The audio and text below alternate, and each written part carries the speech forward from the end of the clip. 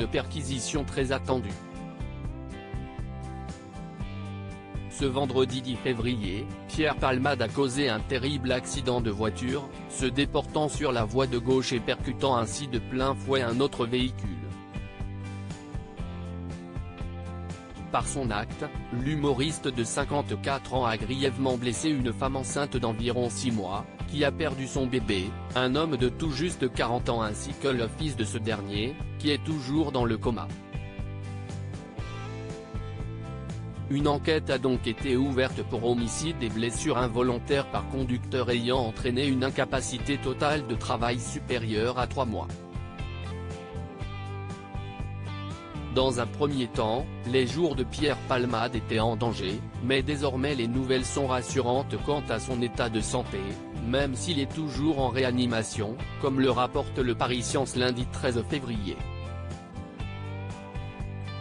Toutefois, les interrogations se sont rapidement portées sur l'état de celui-ci au moment du drame. Les résultats d'analyse ont aussitôt déterminé qu'il était sous l'empire de cocaïne et de médicaments de substitution.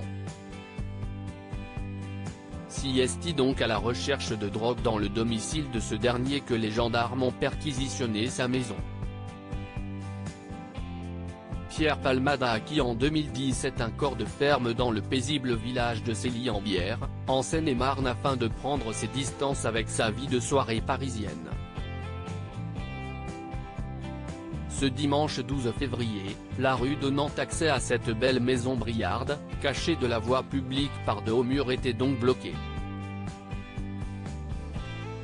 Durant plus de 3 heures, des policiers assistés de gendarmes, accompagnés d'un chien de la brigade des stupes, ont perquisitionné le domicile du comédien, rapporte Le Parisien. Ce que les policiers et gendarmes ont découvert chez Pierre Palmade est de confirmer, les policiers étaient saisis par le parquet de Melun pour rechercher des stupéfiants. Néanmoins, selon nos confrères, leurs recherches n'ont pas abouti. La demeure était dans un très grand désordre. Quelques saisies préventives de médicaments et de seringues ont été effectuées, mais rien d'incriminant, d'après les premiers éléments. Des analyses sont en cours, précise-t-il. Les enquêteurs supposent donc que les 2 jeunes passagers recherchés qui ont pris la fuite après l'accident de vendredi se sont rendus dans cette maison afin de se débarrasser de produits stupéfiants avant cette perquisition. CIST en tout cas la piste explorée. Les policiers et gendarmes ne sont toutefois pas repartis bredouilles de cette fouille. Ils sont repartis avec 2 gros sacs dans le coffre de leur véhicule, racontent nos confrères.